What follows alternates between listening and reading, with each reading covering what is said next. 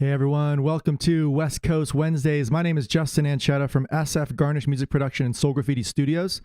And today I'll be talking to you guys about how to use Ableton Live 11, or you can also do this in 10 as well. There's a couple different changes in the features for 11, but the functionality of what I'm mostly going through today is going between arrangement and session view. There's a lot of people out there that are pros in arrangement view, right? You're seeing left to right. This is the regular DAW left to right view, right? Going across this way. And they don't know anything about session view, and also vice versa, right? There's a lot of people that use session view that never get over to the other side by pressing tab over to your arrangement view. So today what I'm going to do is kind of break down how you can use both sides of Ableton. The functionality of it for a live show in arrangement and session view and bouncing back and forth is pretty phenomenal. Even if you're doing something on the fly and you're making it up, you might want to go back and forth, take a sample from your session and bring it to arrangement, or vice versa. Okay. And this is also the flow that you're going to do in your studio when you're doing your production. Okay. So this is going to help on both sides, the live show and the studio. If you have any questions, you're welcome to contact us at sf@garnishmusicproduction.com. We'd be happy to get back to you soon. We also have our online and in-person classes year-round in our producer and academy program. So please check it out at sf.garnishmusicproduction.com. Thank you to the Garnish Network for hosting us worldwide at all 8 locations. And we're here every Wednesday for West Coast Wednesdays, right? So if you don't know what I'm doing on today, don't worry about it. There's a bunch of sessions previously recorded every Wednesday in 2021 that we've gone through a bunch of different features of Ableton every Wednesday from 11 a.m. to 12 p.m. And it's in a playlist there, right? So check that out, the West Coast Wednesdays live at 11 to 12 playlist. And let's get into it today. So here we are in Ableton 11. And I have quite a bit already in here. If you want to know how I got to this point, please check out our playlist, as I said, on our YouTube. We're going live on our Twitch, our Facebook, and our YouTube right now. And we're going to get into some of the details of arrangement view to start off. Okay, so what I did here with this song is I purposely put in this order right here where it's just, it's a MIDI track. So I went Command-Shift-T, right? And it creates a MIDI track. And what I ended up doing is I double clicked on a location and I started drawing and then recoloring it, right? And then I started naming it. So when I zoom in, I'm going to go ahead and just delete this track because I'm just kind of showing you that how I got to this point. So I'm going to select it, press delete or backspace. Zooming in, I have all these notes for myself. I want to add a guitar solo, a nylon guitar solo here. The rhythm changes into another guitar melody space, vocals in. You can kind of start seeing the structure of your song. This song initially started out being really long, and then it kind of broke down to a much smaller length eventually. So because I could kind of see how long each section was, and I was able to kind of break it down that way. It's actually looking like it's still getting up here to 10 minutes. You can see in the marker right here. I'm going to go ahead and zoom in so you guys can see this. You can always see an arrangement view, right? Your markers in minutes down here. If you zoom into everything just a little bit more, I'll just press the plus button. It starts even breaking it down to the 15 seconds, right? And then the 10 seconds and so on and so forth, even 5 seconds when you zoom in. So zooming back out again and back out again. We are going to just listen to this track a little bit. But this track has a lot of frozen tidbits so that we save on our CPU usage up here. What we also have is quite a bit of tracks, right? So we had to freeze a bunch of stuff to save on CPU. And I also had to group all, so I can just close that, and all of my arrangement view tracks are essentially right here. Okay, nice and easy. They're all going through my effects all. So this is sending. You can kind of see this drop down that it's sending to effects all. And then this is in mode. And this is sending to the master. Okay. The next thing I have here is B backing. Actually, I'm going to say A all right here because we're actually doing an A and a B deck here. And the A deck is my arrangement view and my B deck is my session view, as you guys see here, with some of the backing tracks. If you want to see this little extra area right here, you just go ahead and click on this X down in the kind of middle bottom right. And it opens up this area where you can select A for the all and then B for the backing. And what that does is when I map my, I have a Akai MPK Mini over here, I'm mapping one of my knobs by pressing Command M, and I'm mapping it to this right here. Okay. So when I move my knob, it then makes that the functionality of going between deck A and deck B. As you can see, that slider is going back and forth right here. Let's go ahead and zoom into this so you guys can see this. So look at where my mouse is. And right here, I'm using my Akai MPK Mini doing MIDI controlling right there, left and right, A and B deck. Okay. So that is going to be how we're going to change between tracks of our arrangement and session view in a live setting. Okay, this is just one idea, by the way. There's so many different ideas of workflow, but I just thought I'd get creative in this one way today, just to drop into how we can have a nice transition. So I took out all the stop buttons for my A deck right here. And the reason why is that if we had a stop button here, when I click on this master scene session here, right, going across, it would stop all the other tracks. And what I want to do is actually have a smooth transition and have it kind of play out across the way. Okay. The other thing that we might want to do is have it kind of fade to gray simultaneously.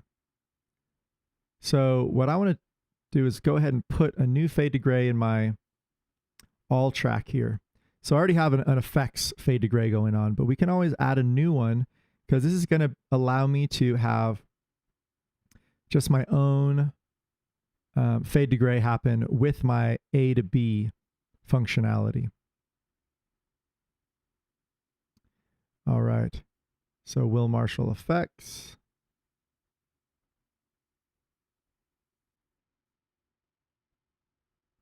All right.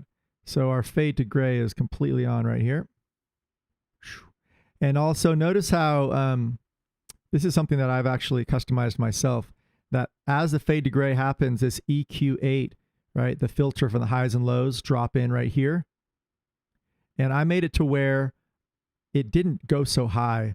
The cue point made it kind of make this extra spot right here. And it really, it didn't sound good to me. It actually kind of would create feedback. So I dropped that cue point. I won't go into it today, but there's customizations of these things that you can always do to kind of make it your own. And now I'm going to go Command M. All right. So now notice how on my Command M, CC21 is both fade to gray and my crossfader center. Okay. I'm going to go ahead and get out of that. And notice how fade to gray is coming on and the crossfader is going on. Okay. So this will allow the track to have that delay and frequency sweep as I'm fading out.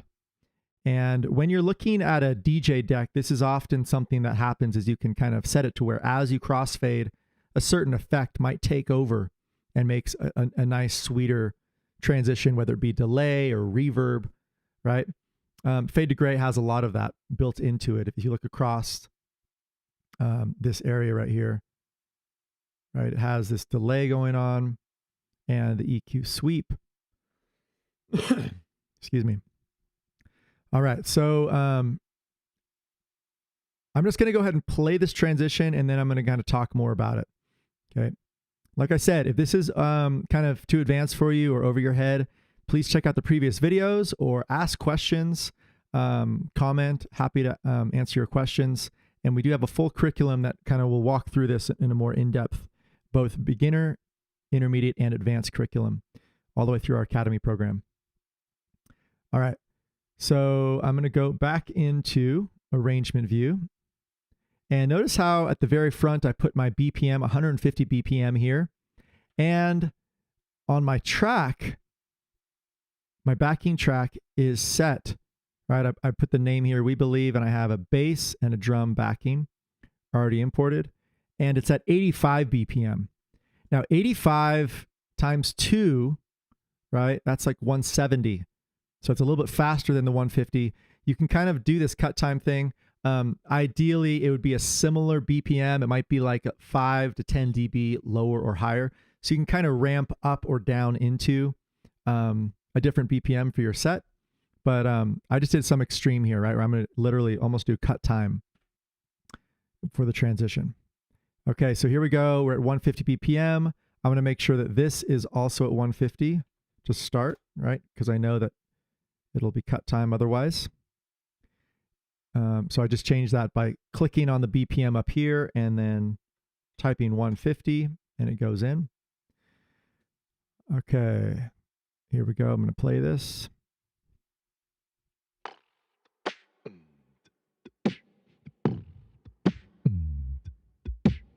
Listen to the rules as they change, as they change. No reason but you. Listen to the rules as they change, as they change. No reason but you. I have all of my mapping going on here. So I can have a beat repeat. So I'm actually able to DJ the arrangement view. Why don't I go ahead and just, as this is playing, I'm going to go to my effects so you guys can see what's happening.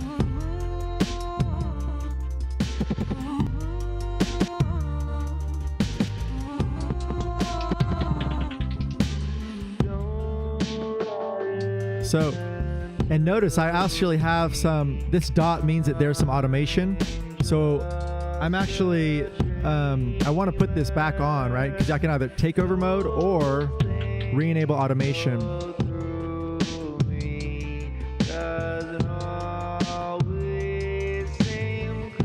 If I want to see this, show automation to see like how much intentionality has been there, right? There's some good intentionality. I'm seeing that movement here. Press A to get rid of all that on your keyboard. All right. So like I said, we're able to mix this track.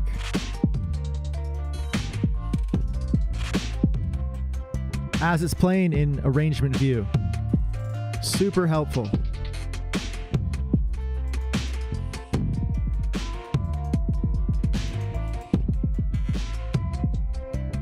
All right, so a lot of this has already been mixed in arrangement view because of the automations that I've put on. Anything that's grayed out here, you can actually re-enable. Notice this frequency right here, re-enable automation. So this is where you kind of have this octopus hands of, if you don't have the ability to do all of it live with the knobs, you have some of it pre-programmed. And this is the ability of having a pre-planned production studio, putting your tracks together. Arrangement view is great for that. You can also do this in session view and have pre-programmed effects. But it's nice if you have a full song that's pretty much done and you have the effects pretty set a certain way.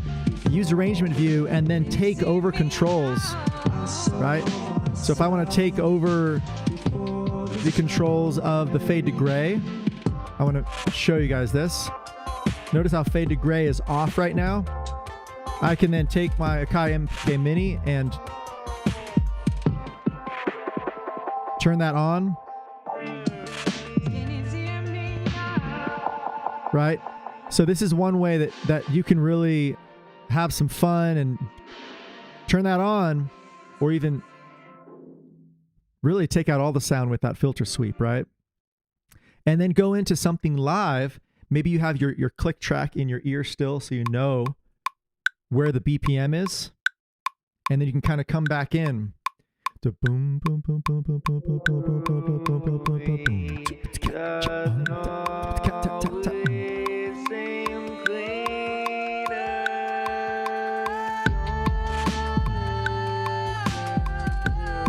Re-enable automation.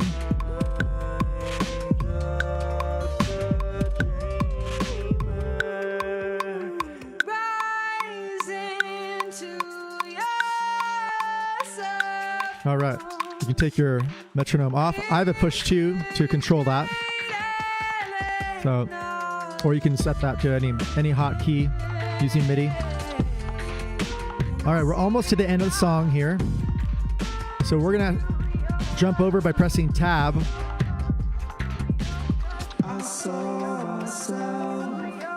All right. Jumping over, and notice how this is our ability to control our A to B.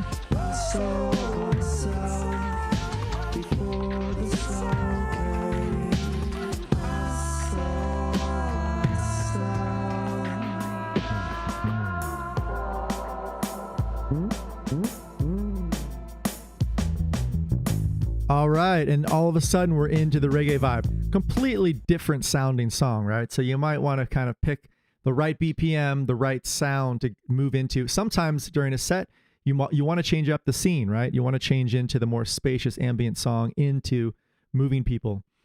So notice how when I clicked on We Believe, it instantly went to 85 BPM and slowed down the other track almost by half the speed. And then I started doing my fade, right? Coming down here to my A-B deck, right? And I was on the A side, which is my all arrangement view. And I switched over to my session view tracks, my backing tracks on this side. Now, as the backing tracks are playing,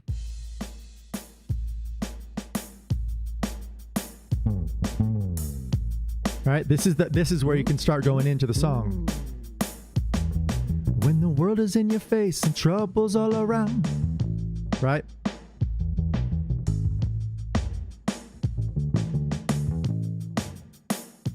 I'm seeing some movement here. Now, this is interesting thing too, is that it depends on where you start your track on this side, right? So if we were toward the end of the track, then all of our movements should be, all of our automations should be off. So you really want to pay attention to where you are in your arrangement view, right? Because all your automations, when they're turned on, they are going to take place and affect all your tracks. If you don't want them to affect these live or the backing tracks, that maybe this automation should actually be just on the effects all area, right? So that's actually something we can do right now, because I just want to make sure that this won't affect my backing tracks. I'm going to take these two, and these already have the automations in them, and I'm going to throw them over to effects all. Okay, and as I throw them in, let's see if the automations moved with it. And they didn't. All right, I'll Control Z that, because what we want to do is we want to make sure that those automations move with the track. So what I can do here is copy these over, Command C, and go into this track. And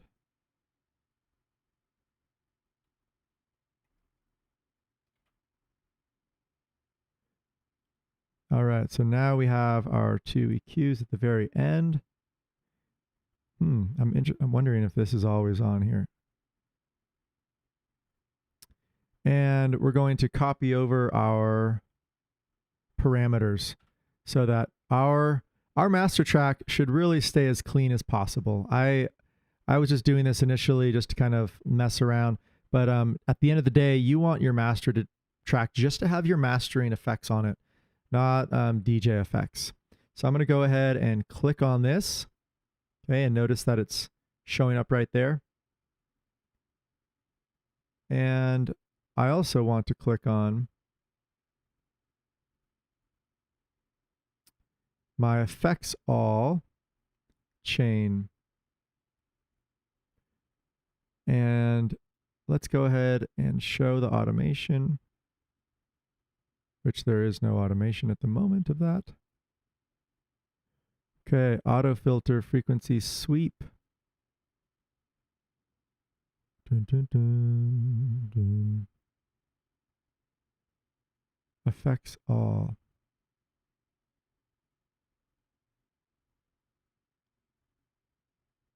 Very interesting. It is grayed out. And the reason why is this button right up here. Very important. If it's ever grayed out, click it there and it should be there. So notice actually that it did copy over, but it just didn't actually register until we did this, the gray out function. Okay. That's interesting setup there. And it's kind of cool. As you go through this, it's showing you what changes, right, with your frequencies here. So now that that is in my all up here on this side, I should be able to delete the automations on my master track, and they should be in the appropriate area up here. So let's go ahead and make sure that it's in my effects. So two frequencies, junk, there it is. So see how it matches junk and junk. So I want to make sure that this one now is off my master. And even just to clean it up more, I can just take that entirely off. This EQ is not doing anything, so I'll take that off as well. All right.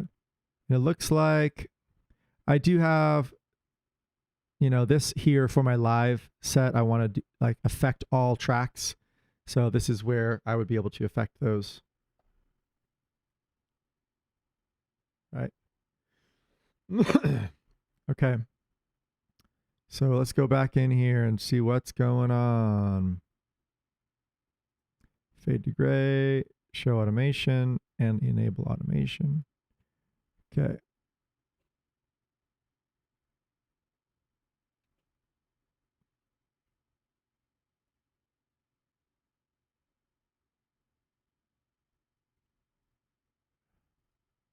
Let's make sure that everything is going to play now.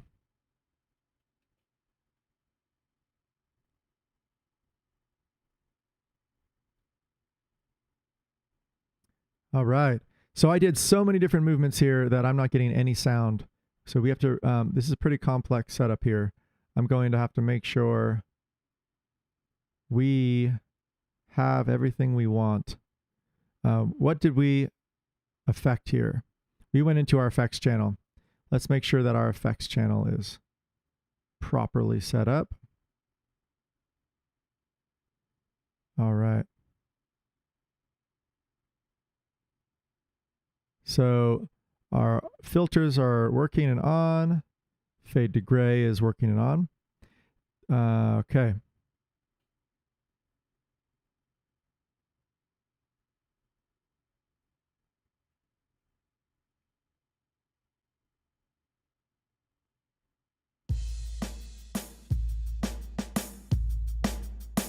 Cool.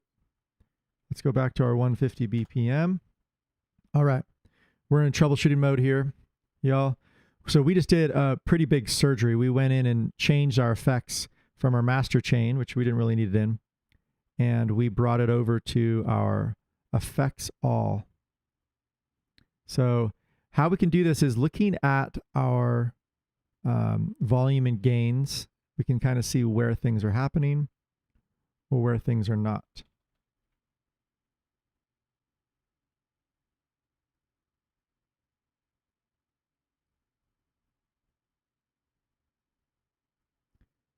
So rhythm all is playing. Wurlitzer is playing.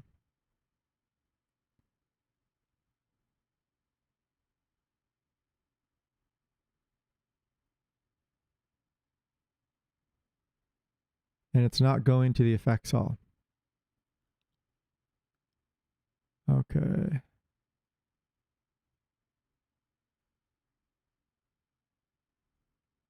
Dun, dun, dun, dun, dun, dun. Oh, that's why. So we have our AB on.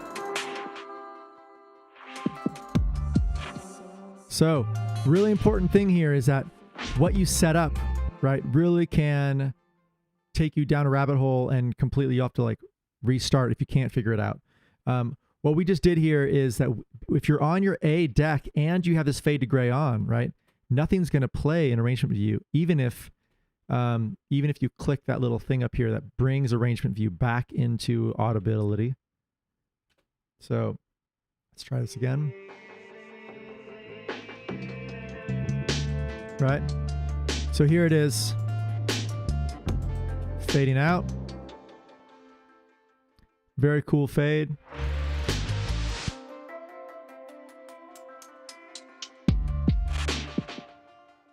All right.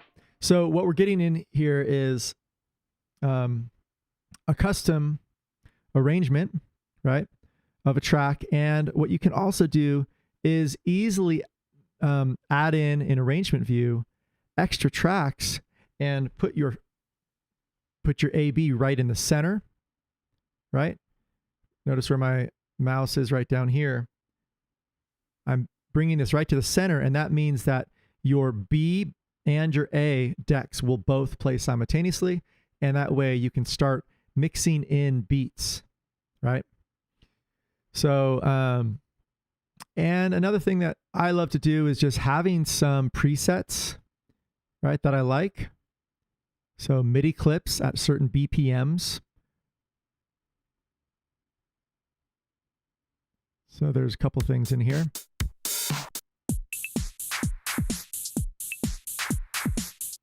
And what you could do is go ahead and just add in another MIDI track here.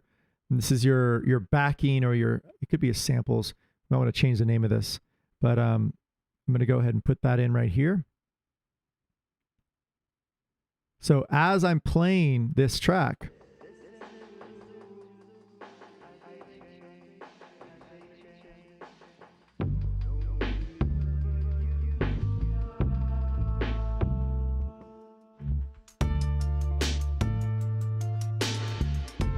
one thing I want to actually disengage at this moment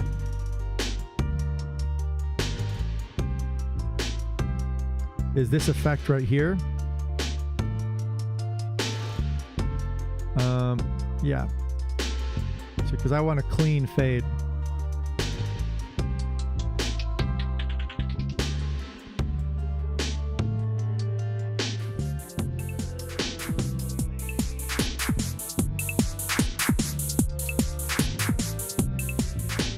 So with my AB, I'm actually mixing how much of that beat comes in, right? So you can also mix it by going to your mixer, right, and dropping the volume. Then it can kind of come more to the center. This is also a way you can completely fade into a new song, right? I'm just on the B track now. So a lot of functionality. I would say Ableton, it takes pretty much like a DJ setup and allows you to really, it's like programming. It might not look as cool as the fancy lights on the DJ setup, but the functionality of it, once you learn both, it is pretty phenomenal. Now, another thing that can happen is that as you're playing this track, let's go ahead and go back to our here. So here's our track playing.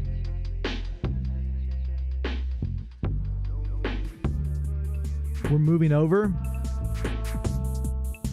Now we're in the center. And if I go ahead and click on this scene right here in session view, it's going to, there's stop buttons on the all. Okay, so that should stop all those tracks. And it takes over at that point.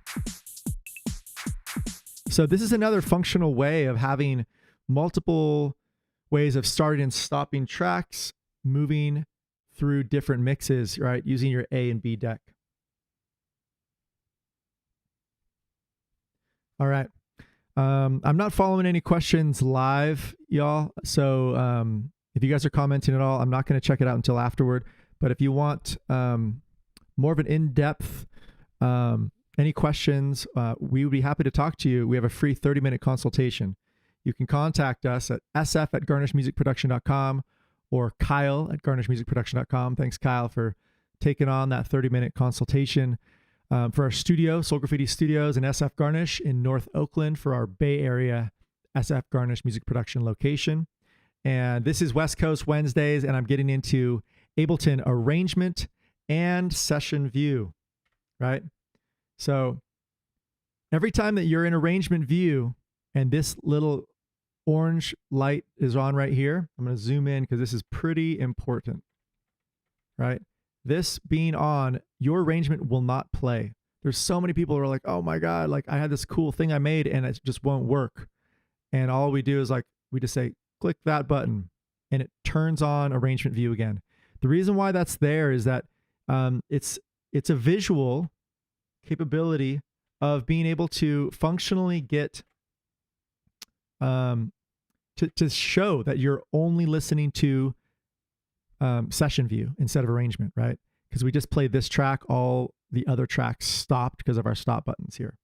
And like I said before, I purposely took the stop buttons off for this transition on top, right? Another way to do it is to not take the stop buttons off, but by playing the master backing track play button and not using the master play button, right? The master play button is going to do the stop or start of anything within there. Grouping tracks is huge in Ableton, right? It's the difference of a lifetime. I can't believe it took till, I think it was Ableton 8 for them to do this. But just the ability to group tracks, to have specific effects sending to a group, right? Instead of having to create more sends and returns. All right, so we're back in here again. And I noticed that I brought in 106 BPM, but 150 BPM is actually our tempo. So what we'd want to do is kind of get in here and listen to some of our 150 BPM sounds.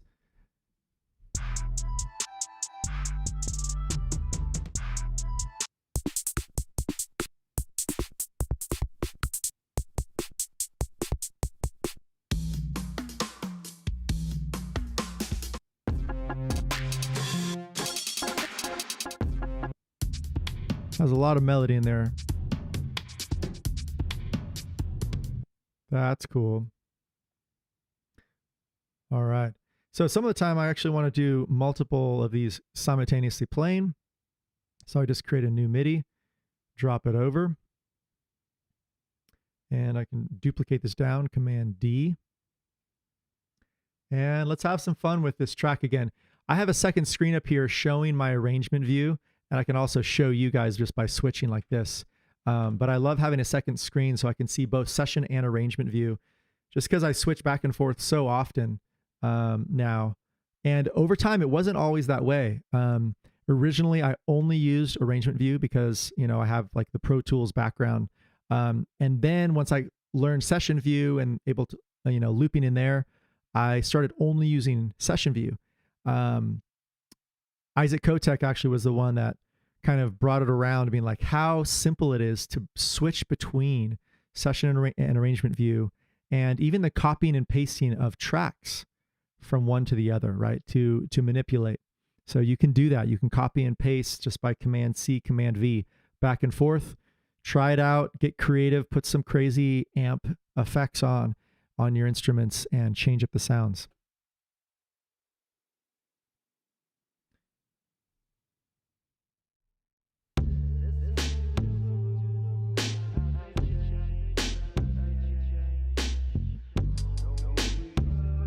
Now notice how right here I can play this full backing track. I can also just minimize this.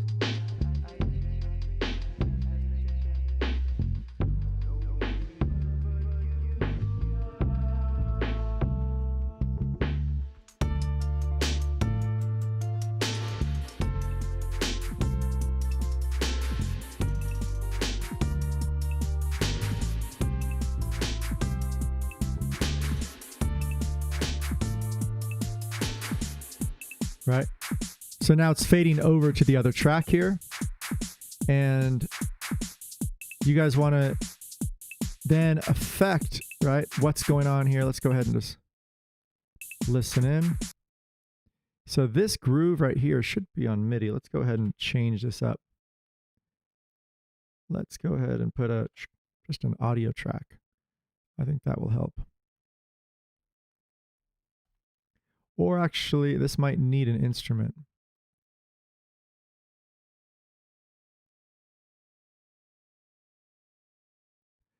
All right.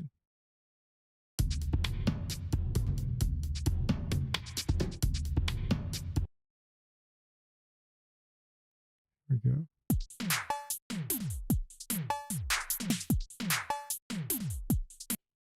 All right. So it's really just taking that sound. So the Borealis kit groove, Borella kit.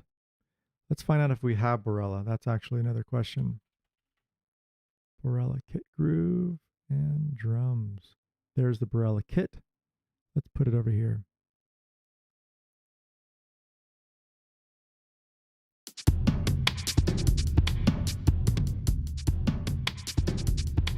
Cool, I like that.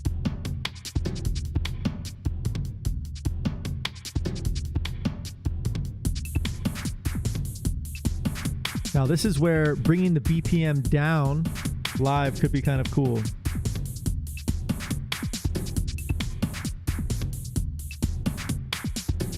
Try and feel out where that tempo really sits in.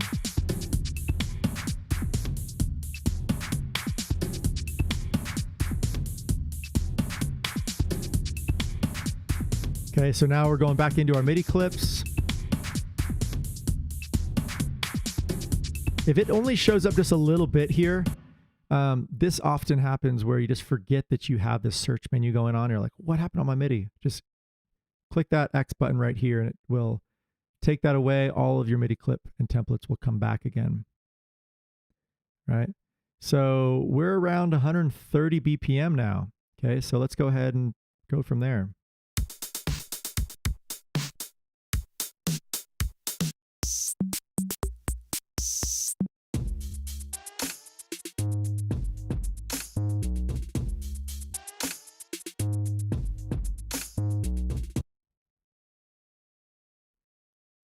Cool. New little groove right here. Let's try this out.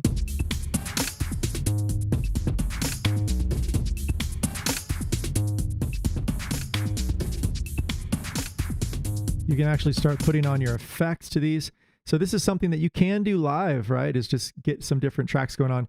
Something that you really want to make sure is that if your headphone, your cue out right here should be set to something different, like 3, 4, some other channels than your 1, 2 master out, so that in your headphone, right, you can listen to what's being played over here and your audience isn't.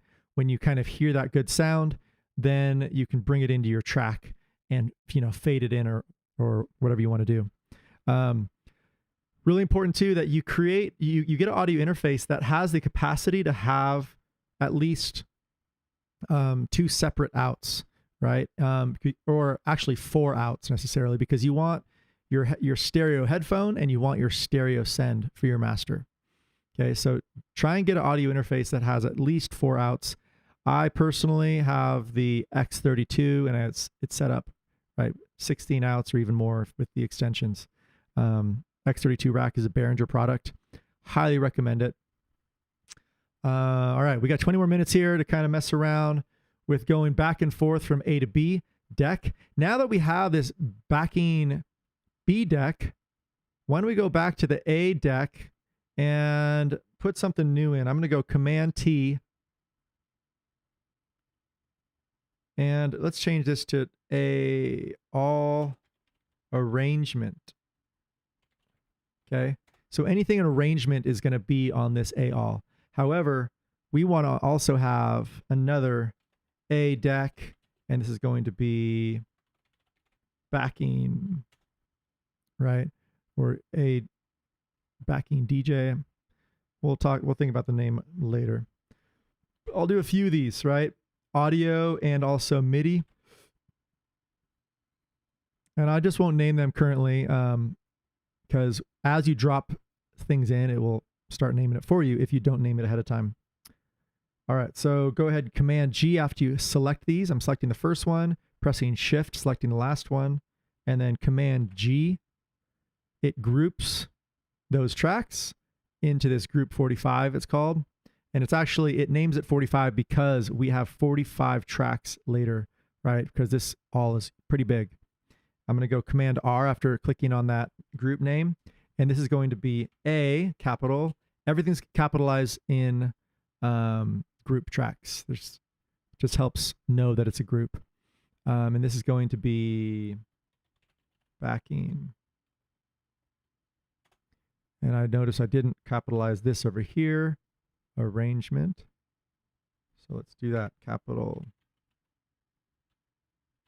It's kind of a long name, but ARA sounds good. Or if I brought this out, right, gets that full name in there. And really, at the end of the day, you really want to have it to where this is pretty cleaned up, right? I have my vocal live here. I'm not going to go into that today, but this is kind of getting cleaned up. I have my order here that doesn't necessarily have too much on this side, but I could color code the order as well on this side and even name it, right? So We Believe, and let's go ahead and call that We Believe. And the reason why I like doing this is that I have it on both sides of my screen, right? The name over here and the name over here.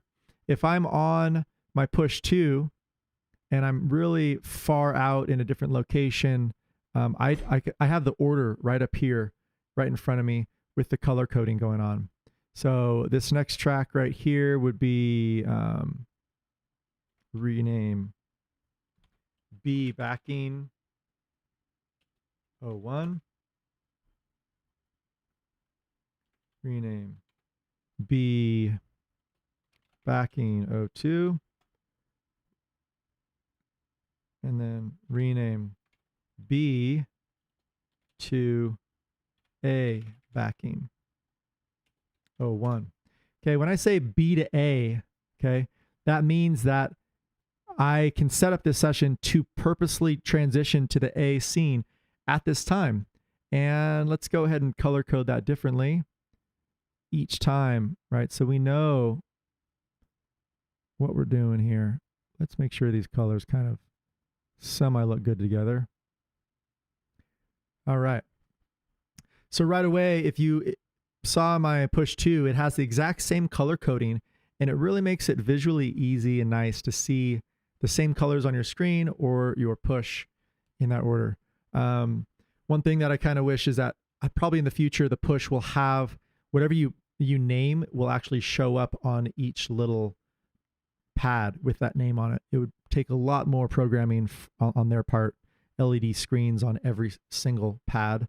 But that would really have a lot of functionality, right? Is to actually name each instrument, each sample, and it pop up on your instrument.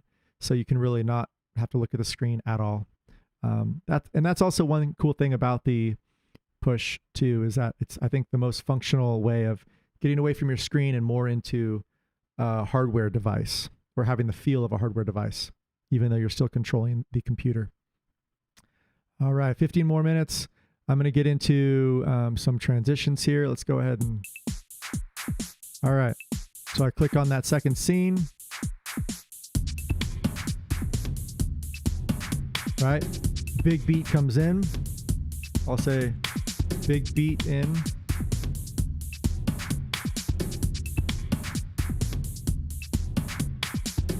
And let's say, I also want this name to be similarly titled so I know which track I'm playing on. Because let's say I'm on my A deck, right?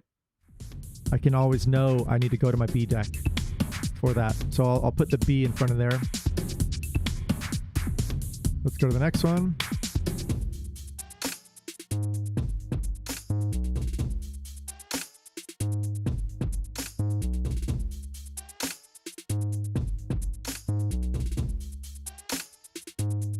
All right, so now we have our A backing. It's completely empty at the moment, and we want to kind of get some sounds that match. And so currently, like I said, I want to put my cue out to the same 1 2 1 2 because I want you guys to hear just the same thing as me.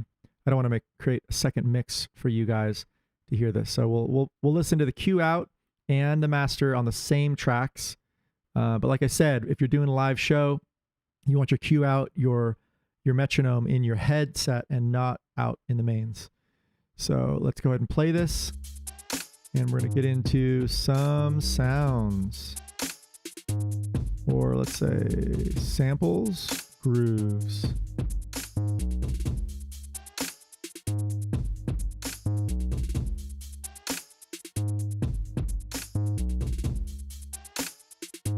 All right.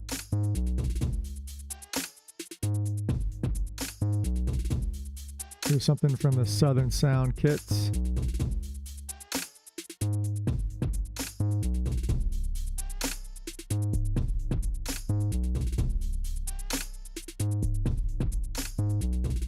Wow.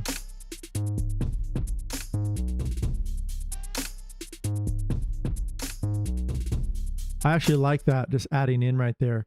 So what I can do, I don't think that's for my A deck sound, but I can add that into this exact kit.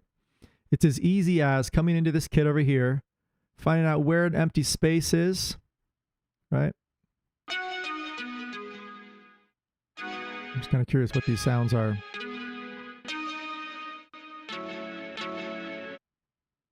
And I'll probably put it by the kicks, right? So kicks over here. I'll put it right down here, right?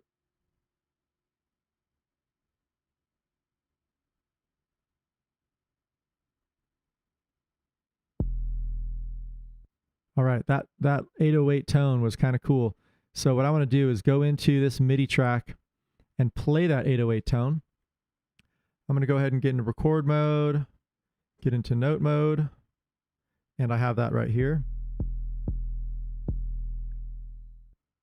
And right away, when I play this, the push 2 is kind of amazing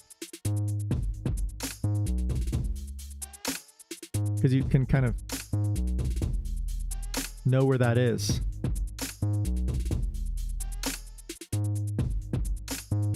So I'm playing that just on that 1. 1, 2, 3, 4. Boom. This is also coming in soft, right? Volume at -12. Let's bring that back up. Zero that out. And transpose at 4. Let's bring that to 0.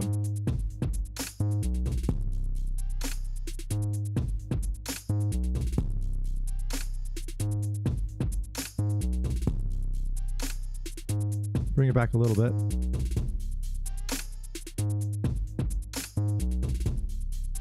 All right. A little 808 on the downbeat like that is going to do a huge thing. And let's say we just want that a little bit later in the beat. What we can do is Command I, and that is inserting a new track. And then we're going to duplicate this down. And let's say we want to take that out on the first one Okay, so I just pressed it out on my push 2, but I want to make sure that you guys actually visually see what's happening, right? A note is being created. Notice right here. So I'm pushing the push 2 and that note is being created on and off. You can also just double click and create that note yourself, right? Or take it away, double click and it goes away, right?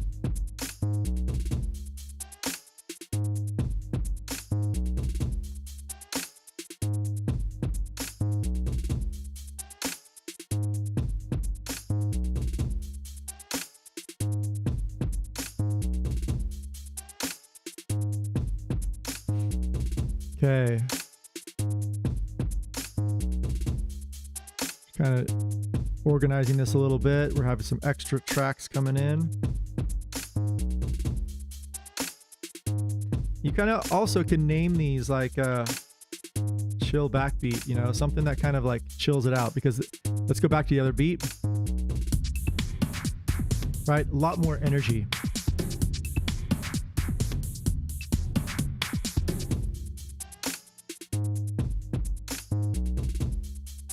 Right? And then going down the next one, adding in that big hit. Just so I can talk over this, I have this down quite a bit. The master volume is almost -12. This is also down. That's just how I'm doing it today, so I can talk over this. But if I was mixing this in some nice speakers, hopefully a subwoofer, right? If I'm working with the 808, that I would have this up closer to nominal, right? 0. Let's go ahead and get into, I actually don't think that we have time to get into the specific sounds here. But maybe there is an instrument drum kit. Here we go. Let's go to the drum kits that are already created. Yo, Pierre, you want to come out here? All right. These are not drum kits. It just has some sounds for drum kits. All right. So what we can do is you can actually create your own drum kit out of these sounds. Let's just go ahead and do that really quick here. In a MIDI track, I want to go to a drum rack. Let's go to a drum rack empty. Drop that into it. It will instantly name it drum rack. And now let's go back to our sounds here. Where were we?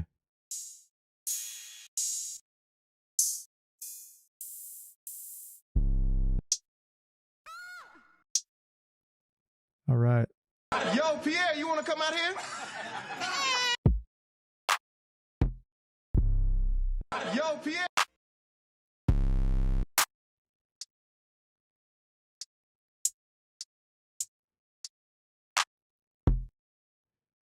Not quite organized very well, but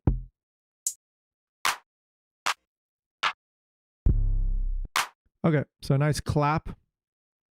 And what you want to do is click on drum rack and see how empty it is right here.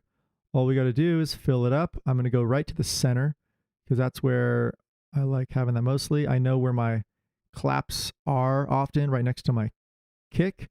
Clap and snare in the same location. Let's find another kick. Okay, smaller clap.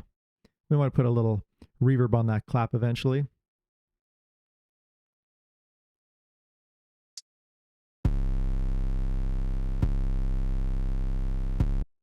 Kind of like a big bass. I'll put that up there. And we can also color code this on our instrument too, which is kind of nice. On the push 2, you can change the colors of each one. Yo, Pierre.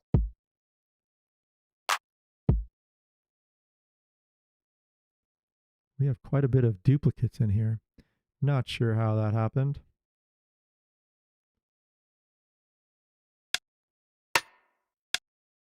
All right.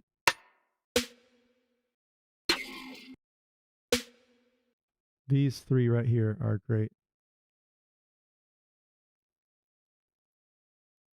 Can I put all 3 in at once? Let's find out.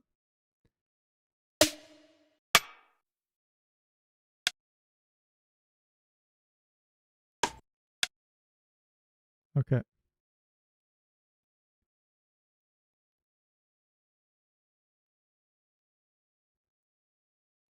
So these are all pitching up. I want to make sure that these are all pitched to the same, zeroed out.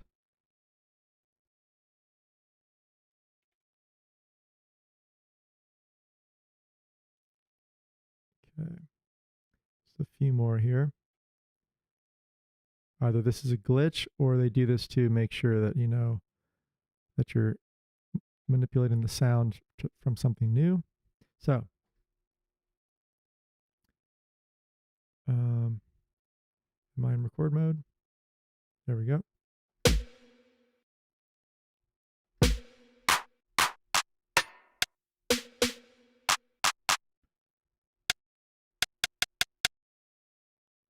Oh, that's the hi-hat. So that big hit went away.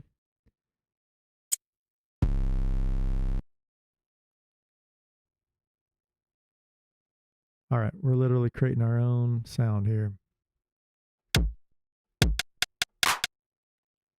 Repeat mode.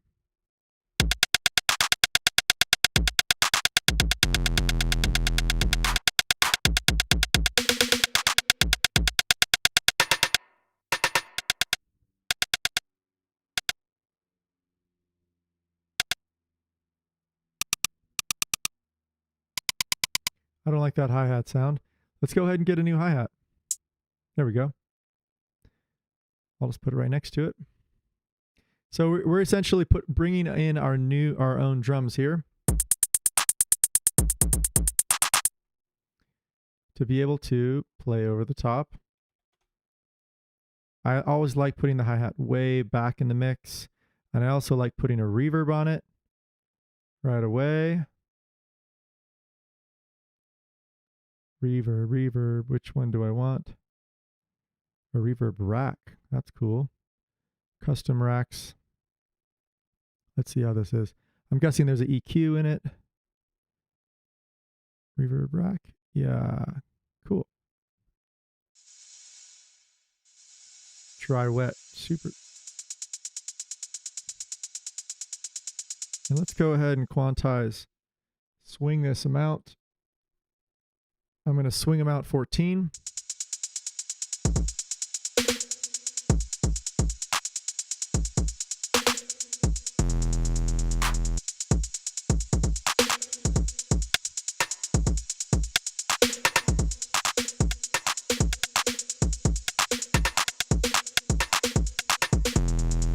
All right, so we're able to play over that.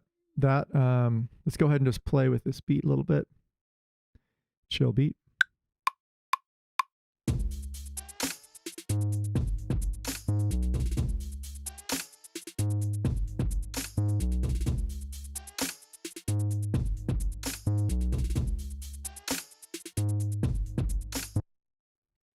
All right, we went right into record mode there.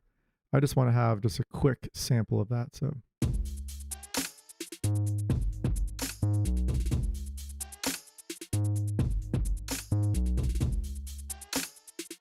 Right over the top.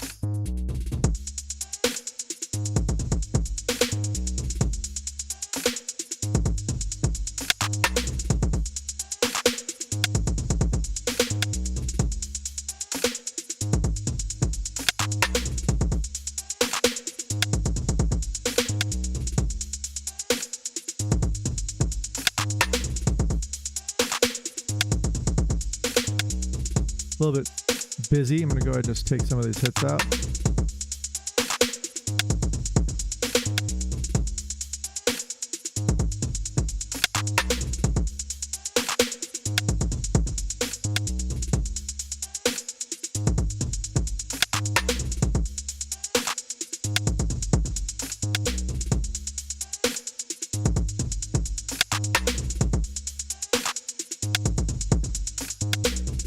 Bringing the volume out a little bit. Also, it's still in record mode, so I don't want to have that drop, so I'm going to delete that automation. Keep it right there.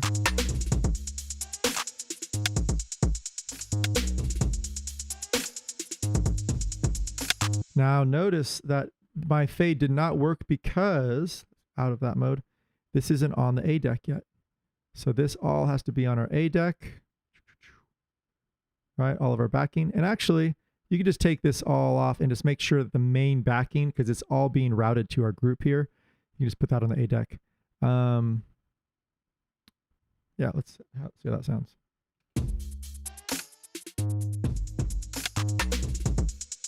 Right, A deck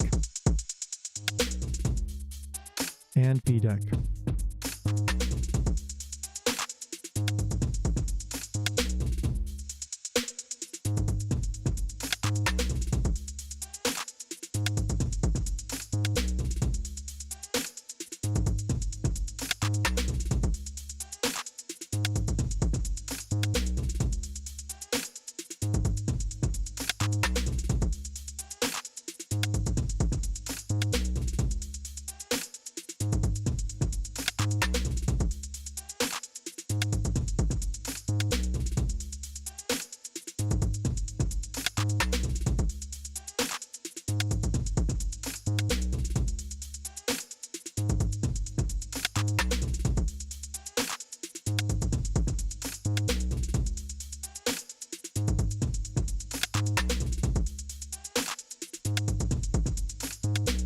Some of it's a little busy at the end.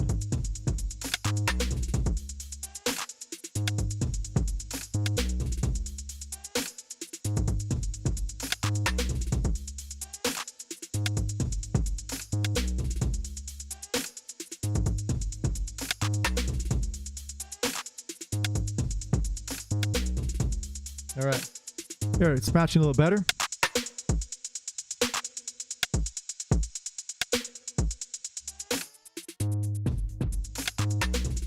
And something that I would just really probably just I'd like to bring this up in just a little bit is just having our drum bus on our drum rack here as a final touch.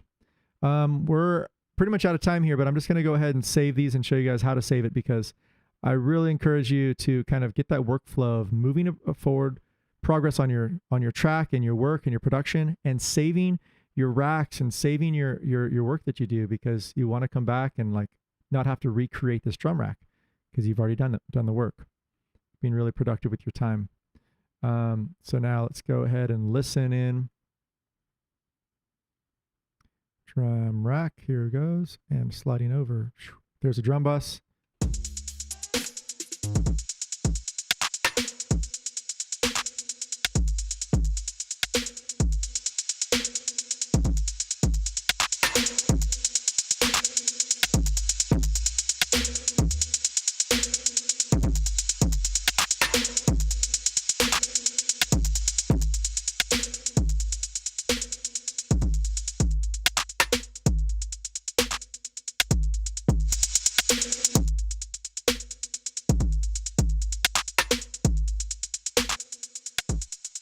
See how that's without it? Pretty amazingly different right there, right? And then with the customizations of the drum rack, drum bus, more of that boom in that 50 hertz zone.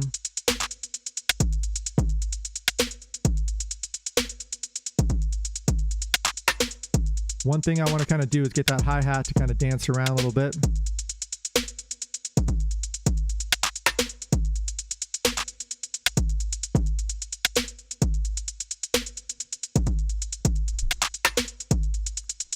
So I'm going to go ahead and get into my device and open up, sliding over to,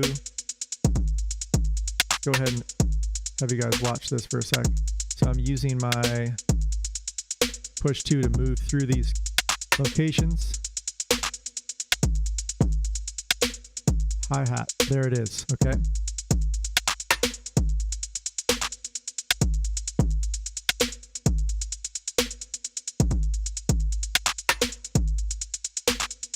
Now transpose.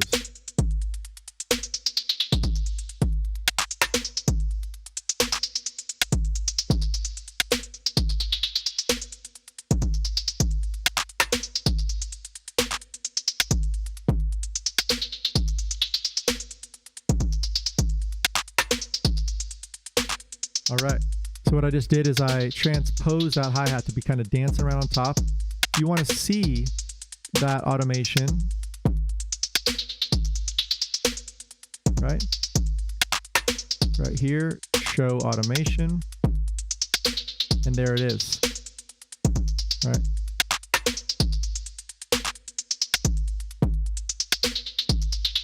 Go ahead and simplify envelope, kind of clean that up a little bit.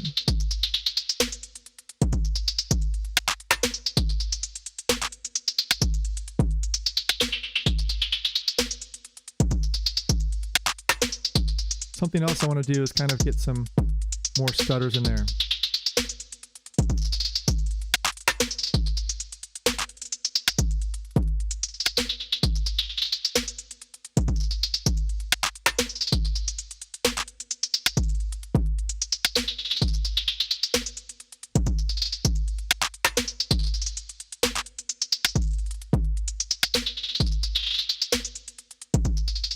All right, so I'm using repeat mode on my push to get those stutters in there.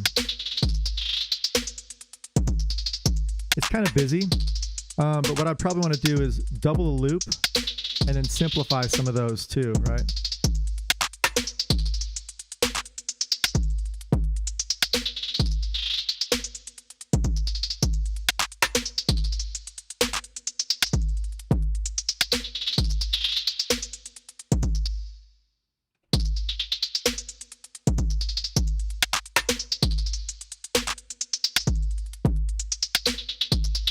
All right, go into my A to B deck, right? Fully go across. Noticing that that B deck is kind of low in comparison, right? Bring that volume up to match.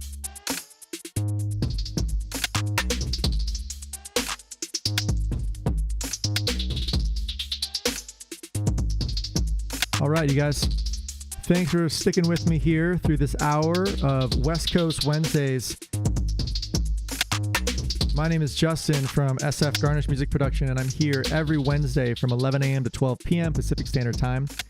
And we're going to be going through a lot of different things over the next Wednesdays of 2021. Thanks for being with us. West Coast Wednesdays is sponsored by Garnish Network and SF Garnish Music Production Soul Graffiti Studios. We're located in North Oakland, San Pablo, and 64th. We have classes in person and online, and we'd love to show you guys more of what we're doing in Ableton, and Logic, Pro Tools, mixing and mastering, sound design, and so on and so forth. So I'm going to go ahead and just kind of mess around with this and go out like this. Have a great day.